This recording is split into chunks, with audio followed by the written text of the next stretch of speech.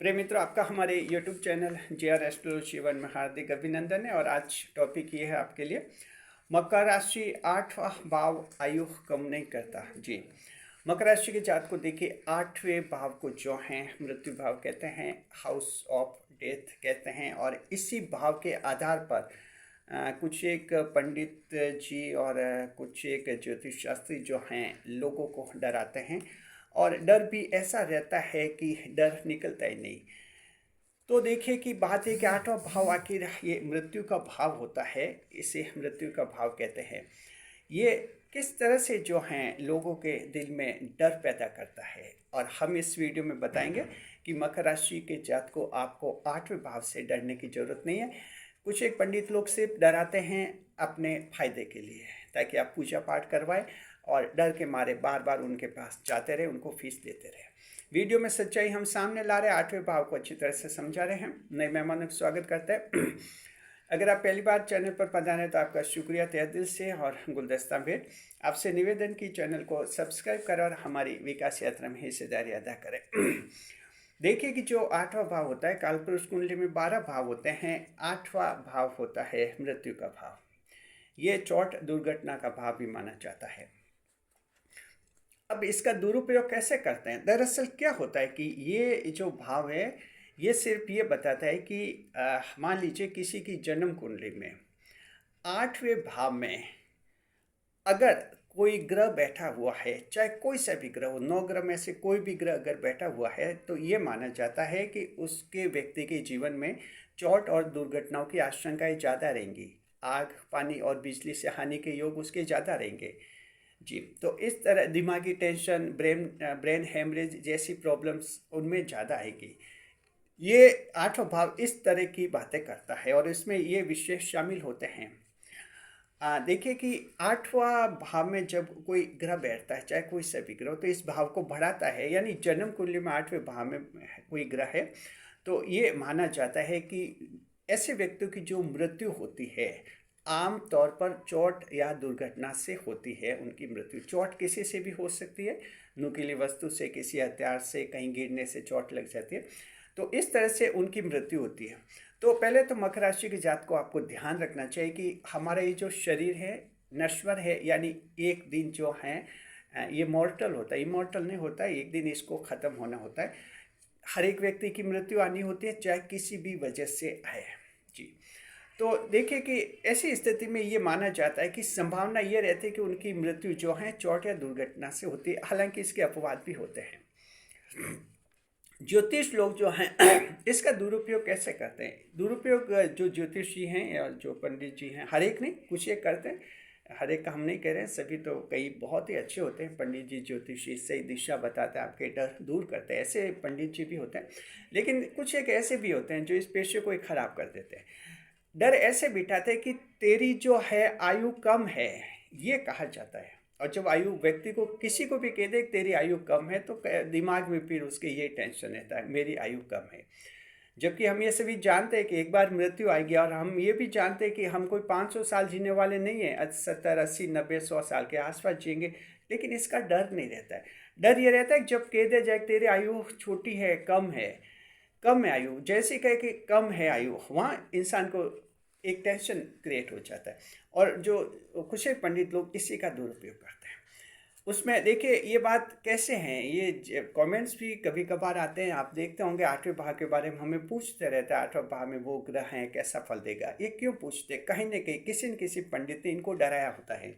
जन्म कुंडली विश्लेषण जब हम करते हैं तो हमारे पास अक्सर मामले आ ही जाते हैं, जिसमें एक सवाल ये भी पूछते हैं कि हाँ, किसी ने बताया उनको, पंडित ने, कि उनकी आयु कम है, तो क्या हमारी आयु कम है? कोई अपनी पत्नी के बारे में पूछता है कि किसी पंडित ने कहा कि इसकी आयु कम है, तो आप बताइए कि इसकी आयु कम है। कोई संतान के बारे में पूछता है, तो ये क्या होता है कि पंडित लोग ऐसे डरा देते, कहते कि आयु कम है, बस कम में फिर आपको ये नहीं बताएंगे कि तेरे 30 साल है, 40 साल है। क्योंकि अगर आप वो ऐसे समय बता दे 30 साल है, तो जानते कि 30 साल के बाद फिर मेरे पास कैसे आएगा, फीस देने के लिए आएगा नहीं। सिर्फ ये कहते हैं, लैंग्वेज ऐसी चलाते हैं कि भाई तेरे आयु कम है, जन्म कुंडली में तेरे आयु कम लिखी, और वहीं से टेंशन शुरू होता है। ध्यान रखिए। और ये पंडित लोग जो हैं आपको ये नहीं कहेंगे कि तेरे 40 साल है 50 साल, ऐसे फिक्स नहीं बताएंगे। बस उसको तो एक कन्फ्यूजन में डाल देते हैं इंसान को।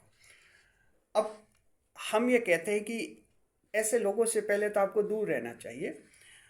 आठवां भाव क्या होता है, इसको हम आपको इसी संदर्भ में आप थोड़ा विस्तार से बताते हैं। दरअसल आठवें भाव में ये कहा जाता है कि चोट दुर्घटना से मृत्यु होगी, यहाँ तक है। और ज़्यादातर व्यवहार में देखते हैं कि 80-90% एक बात सही साबित हो भी जाती है।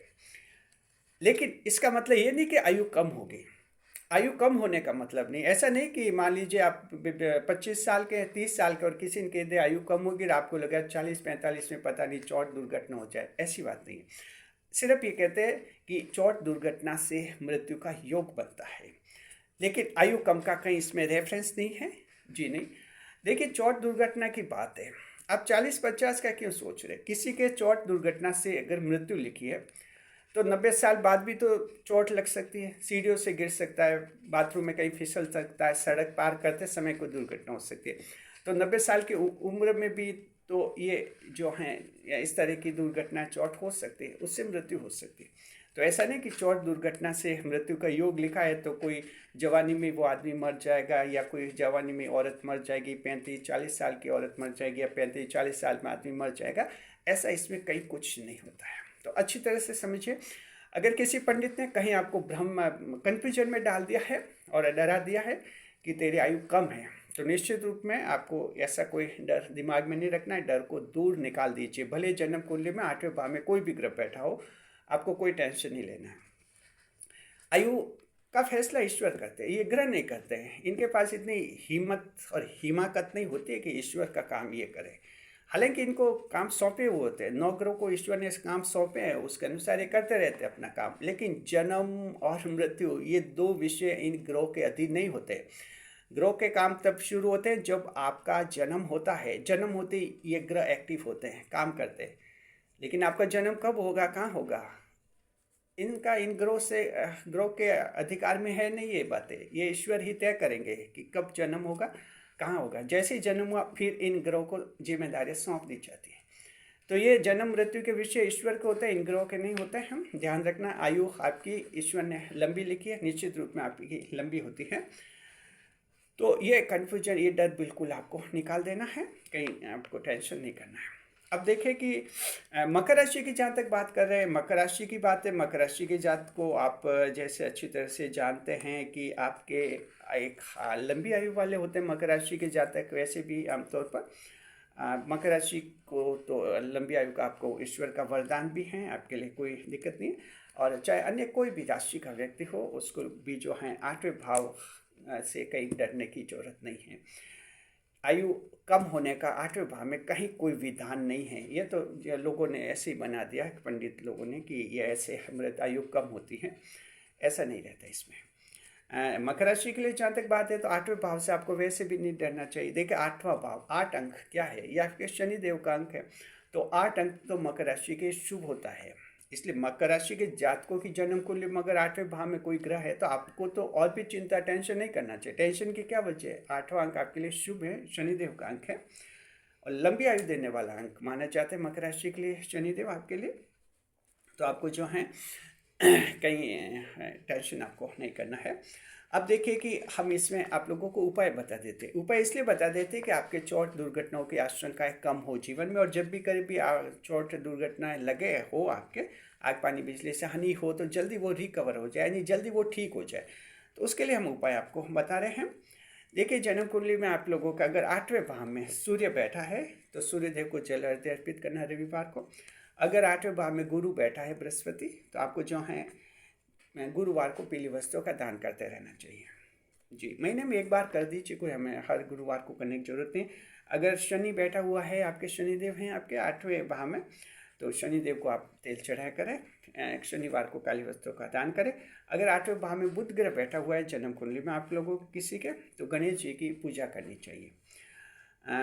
और राहु केतु अगर किसी के 8वें भाव में बैठे हुए तो भगवान शिव की पूजा करनी चाहिए। राहु बैठा है या केतु बैठा है, साथ में जो है आपके चंद्र बैठा है, तो सोमवार को सफ़ेद वस्त्रों का दान करना चाहिए। शुक्र बैठा है, शुक्रवार को सफ़ेद वस्त्रों का दान करना चाहिए। और मंगल बैठा है अगर 8वें भाव में, तो आपको हनुमान जी की पूजा करनी चाहिए। अब ये उपाय जो हैं ऐसे नहीं कि हमेशा करें या साप्ताहिक तौर पर करें, महीने में एक बार कर लीजिए। कभी लगे अगर जन्म कुंडली विश्लेषण करवाए और आपको लगता है कि 8वें भाव में कोई ग्रह है, तो बस आप 1 महीने में एक बार पूजा कीजिए। ये इसका फ़ायदा सिर्फ ये होगा कि जब भी चोट दुर्घटना लगेगी तो जल्दी ठीक हो जाएगी, रिकवर हो जाएगी और आपको कोई बड़ा नुकसान नहीं करेगी। तो ये उपाय इस तरह से आपके दिमाग का टेंशन बिल्कुल ख़त्म कर देगी। एक अच्छी आप जीवन जिएंगे और लंबी आयु जिएंगे। 8वां भाव आकस्मिकताओं का भाव भी होता है, बड़ी खुशखबरियों का भी भाव होता है। आकस्मिक रूप में जो हैं इसमें लोग 8वें भाव के कुछ एक ऐसे लोग भी हैं जिन्होंने 110 115 साल की आयु तक जिन्होंने पार की है। तो इस तरह से उसमें क्या 8वां भाव आकस्मिकताओं का भाव रहता है, यानी आकस्मिक रूप में कुछ भी हो सकता है। तो इस तरह से जो है ये आप आयु कम होने का जो टेंशन था ख़त्म कर लें बिल्कुल। कमेंट बॉक्स में लिखिए, अगर किसी ने किसी पंडित आप में से किसी को अगर पंडित ने डरा दिया तो कमेंट बॉक्स में लिखिए कि किसी आपको डरा दिया था पंडित ने और आपका टेंशन ख़त्म हो गया। इस वीडियो को ज़्यादा से ज़्यादा लोगों तक शेयर कीजिए और अच्छी तरह से, चाहे कोई सी भी राशि का हो, इसे शेयर अवश्य कीजिए ताकि वो भी जानेगा 8वें भाव में क्या रहस्य होते हैं और किस तरह से ये आपका जीवन खुशहाल बनाता है। शुक्रिया, बने रहे हमारे चैनल के साथ, खुशियों के साथ। वीडियो पर लाइक करें, कमेंट करें, शेयर करें।